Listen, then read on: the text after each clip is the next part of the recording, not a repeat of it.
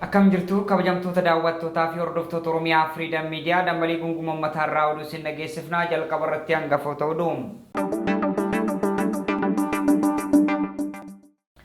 Godina Wallaggaa Bahaa aanaa Sibuu Siree keessatti humnoonni fiinxaleeyyii faannoo Amaaraa ogeeyyii fayyaa lama ajjeesuu maddeen OFM itti himan.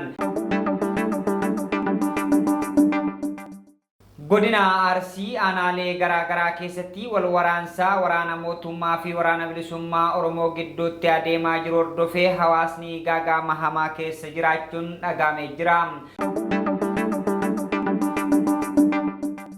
Naannoo Amaaraatti hojjetaan gargaarsa namummaa tokko hidhattootaan ajjeefamee jira. Oduu kennaa ibaatiin mariin waraana dhaabu magaalaa guddoo Kaatar kan taate Dohaatti gaggeeffamu irratti Hamaas akka hin hirmaanne qondaalli olaanaan Hamaas BBC'tti himee jira. Oduu isin dhageessisuun kan isin wajjin turaan Jibriil Muhammadii amma oduu bal'inaan. Godina Wallaggaa Bahaa aanaa Sibuu Siree keessatti humnoonni fiinxaleeyyii faannoo Amaaraa ogeeyyii fayyaa lama ajjeesuu maddeen OFM itti himan. Ogeeyyii fayyaa kan ta'an Nagaasuu Teessoo fi akkasuma Guddinaa Galataa aanaa Sibuu Siree dheengadda galgala bakka hojii isaanitti ajjeefamanii jiru. Guutuu gabaasa kanaa guutuu firoomsaa akka itti aanutti isiniif dhiyeessa.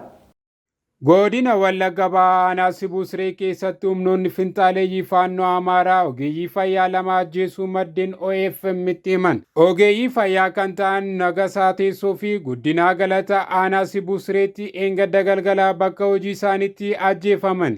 Naannichatti uummanni ofirraa ittisuuf yaadda'anii fi meeshaa maleeyyii ta'an yaaddoo nageenyaa keessa jirra jedhan.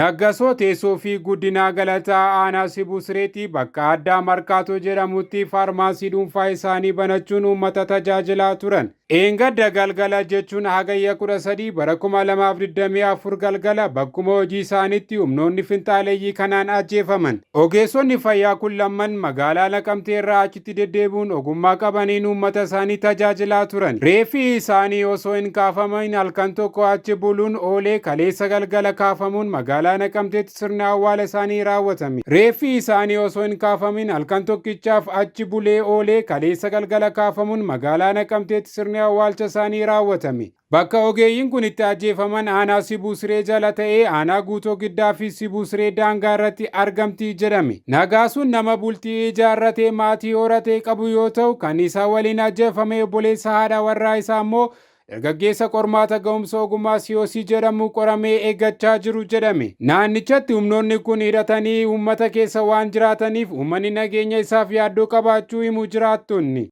Godina Arsii aanaalee garaa keessatti wal waraansaa waraana mootummaa fi waraana bilisummaa Oromoo gidduutti adeemaa jiru hordofee hawaasni gaaga'ama hamaa keessa jiraachuun dhagahamee jira. Sakatta'insa waraana bilisummaa Oromoo jedhuun aanaalee Sirkaa fi aanaa Roobee Diidaa keessatti haalli deemaa jiru baay'ee nu yaachisee jira jechuun jiraattonni aanaalee lamaanii OFM'f yaada kennanii jiru. Dabalataa gabaasa kanaa akka itti aanutti isiniif dhiyeessa. Godina Arsii aanaalee garaa keessatti wal waraansi waraana mootummaa fi waraana bilisummaa Oromoo gidduutti deemaa jiru hordofee hawaasni gaaga'ama hamaa keessa jiraachuu himanii jiru. Sakattaa waraana bilisummaa Oromoo jedhuun aanaalee Sirkaa fi Roobee Diidaa keessatti haalli deemaa jiru baay'ee nu yaaddessee jira jechuun jiraattonni aanaalee lamaan irraa OFM'f yaada kennanii jiru. Aanaalee godina Arsii hedduu keessatti qabata hariiroo waraana bilisummaa Oromoo waliin qabduu fi sakattaa waraana bilisummaa Oromoo jechuudhaan namoota nagaa ajjeesuu, reebuu, qabeenya ibiddaan gubanii barbadeessuu fi akkasuma dararaa adda addaa irratti adeemsisuun akkuma itti fufeetti jiraachuu jiraattonni himanii jiru. Hagayya 9 bara 2024 aanaa Sirkaa ganda Gallaabee Amajaa bakka addaa gaara Xiribaa, gaara Sakaakoo, Raasaa Burkutaa fi akkasuma Raasaa Dambal keessatti walitti bu'iinsi waraana bilisummaa Oromoo fi waraana mootummaatiin namoonni nagaa ajjeefaman jedhamee jira. Maanguddoo biyyaa kan umriin isaanii waggaa 75 Sheek Kamaaloo Subii jedhaman humnoota mootummaatiin ajjeefamanii reeffi kaafamee akka hin awwaalamne guyyaa tokkoliif dhoorkaa ooluu jiraattonni himanii jiru. Maanguddoon kun nama hidhata siyaasaa hin qabnee fi jaarsa biyyaa akkasumas immoo qonnaan bulaa cimaa oomisha gaarii oomishuun beekamu ta'uu isaa jiraattonni naannoo himanii jiru. Ganda Biduu Baalaa jedhamu keessatti manneen namoota nagaa 30 ol waraana mootummaatiin gubatee mancaafamuu jiraattonni irraa dhagahamee jira. Haaluma wal fakkaatuun godinichuma aanaa Roobee Diidaa keessatti waraanni mootummaa sakattaa waraana bilisummaa Oromoo jedhuun baafi gala hawaasaa dhorgaa jiraachuu isaa maddeen OFM itti himan. Aanaa Roobee Diidaa ganda Jeenaa gadamsaatti dargaggoo Ziyaad jedhamu hariiroo waraana bilisummaa Oromoo waliin qabda jechuudhaan waraanni mootummaa ajjeesuu jiraattonni OFM itti himan. Kana malees ganda Jeenaa gadamsaa keessatti maqaa waraana bilisummaa Oromoo jedhuutiin manneen jiraattota gara 50 ta'u qabeenya waliin ibiddaan gubanii barbadeessanii jiru.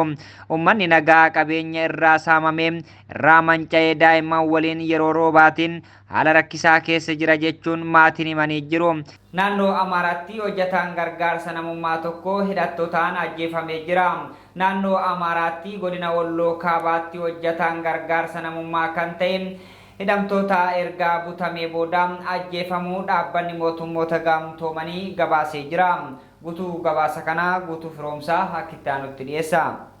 Naannoo Amaaraa godina Walloo Kaabaatti hojjetaan gargaarsa namummaa kan ta'e hidhattootaan erga butamee booda ajjeefamuu dhaabbanni mootummoota gamtoomanii beeksise. Dhaabbatichi gocha gara jabeenya kana balaaleffateera. Dhaabbata mootummoota gamtoomanitti qindeessaan gargaarsa namummaa Oochaa ibsa kaleessa baaseen hidhattoonni kun hojjetaa gargaarsa namummaa Yaared Mallasee jedhamu kana humnaan butuun maallaqa gaafachuu erga turanii booda ajjeesuu ibseera. Obbo Yaared hojjetaa dhaabbata mootummoota Action for Social Development and Environmental Protection Organization jedhamu yoo ta'u ogeessa tajaajila hawaasaa fi eegumsaa naannoo ta'uunsaa eerameera. Kana malees yoota 8 darbe keessa qofa hojjettoonni gargaarsaa 8 naannicha keessatti ajjeefamuu fi 14 kan ta'an immoo butamuun to'annoo hidhattootaa jala turuu ibsameera. Irri jireessi buttaa kanaa naannoo Amaaraa godinoota Kaabaa fi Giddugaleessa Gondaritti ta'uun himameera. Itoophiyaatti hoogganaan Oochaa kan ta'e Raamris Alkii Baaruuf miseensa keenya obbo Yaared Mallasee ogeessa sirna nyaataa waan tureef lammiilee nagaa rakkatan gargaaruu fi kutannoo qophaa kan qabu ture jedhan. Hojjetaan kun adoolessa 15 bara 2016 akka lakkoofsa Itoophiyaatti humnaan erga butamee booda hagayya 3 bara 2016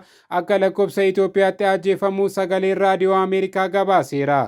Oduu kennaa ibaatiin mariin waraana dhaabuu magaalaa guddoo Kaatar kan taate Dohaatti gaggeeffamu irratti Hamaas akka hin hirmaanne qondaalli olaanaan Hamaas BBC'tti himee jira.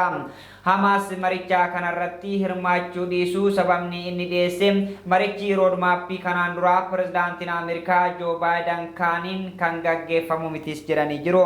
Dabalataa isaa akka itti aanutti isiniif dhiyeessa. Mariin waraana dhaabuu magaalaa guddoo Kaatar kan taate Dohaatti gaggeeffamu irratti Hamaas akka hin hirmaanne qondaalli olaanaan Hamaas BBC'tti himee jira.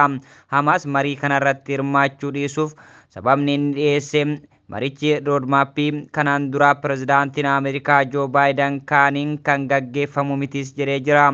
Akka qondaalli Hamaas kun jedhutti Israa'el gaafii dabalataa dhiyeessuun maricha walxaxaa gooteertis jedhee jira. Ministeerri muummee Israa'el Beniyaamin Netanyahu gama isaaniin himannaa Hamaas dhara jechuudhaan inumaayyuu Hamaastu gaafii yeroo yeroodhaan jijjiiruun maricha rakkisaa godhee jiraas jedhanii jiru. Qondaalli Hamaas Ismaa'il Haniyaan Iraanitti ajjeefamuun ammoo mariin waraana Gaazaa dhaabuu akka gufatu sababa ta'a jedhamee sodaatamaa jiraas jedhani. Israa'elii fi Hamaas akka walii galan milkeessuun haleellaa Iraan Israa'el irratti fudhachuun maltu hambisuu akka danda'u USA'n amantee jirti. Hamaas marii Kaataritti har'aa kaasee gaggeeffamuuf jedhu irratti akka hin hirmaanne beeksisuun USA, Kaatarii fi Masriin maricha itti fufuu yaadu qabaachuu dubbatanii jiru. Bahaa giddu galeessaa waraanni akka hin babal'anneef dhiibbaa dippiloomaasii cimsaa jirtu. Ministeerri dhimma alaa USA Antonio Blinken Kaatarii fi Masrii waliin mari'achuudhaan mariin kun itti fufuu akka qabuu fi bahaa giddu galeessaatti immoo waraanni akka hin babal'anne qaamni kamuu akka deeggaru dubbatanii jiru. Egaa kabajamtoota daawwattootaa fi hordoftoota Oromiyaa Freedom Media dambalii gungumaa uummatarraa oduun irraaf qopheeffanne kanneen hangammaa turanii oduu isin dhageessuun kan isin wajjin ture Jibriil Muhammadi ogummaa kaameraaf teeknikaan Umar Jamaaltuun afaana ture qophiilee Oromiyaa Freedom Media kanneen afaan waliin turtii gaarii.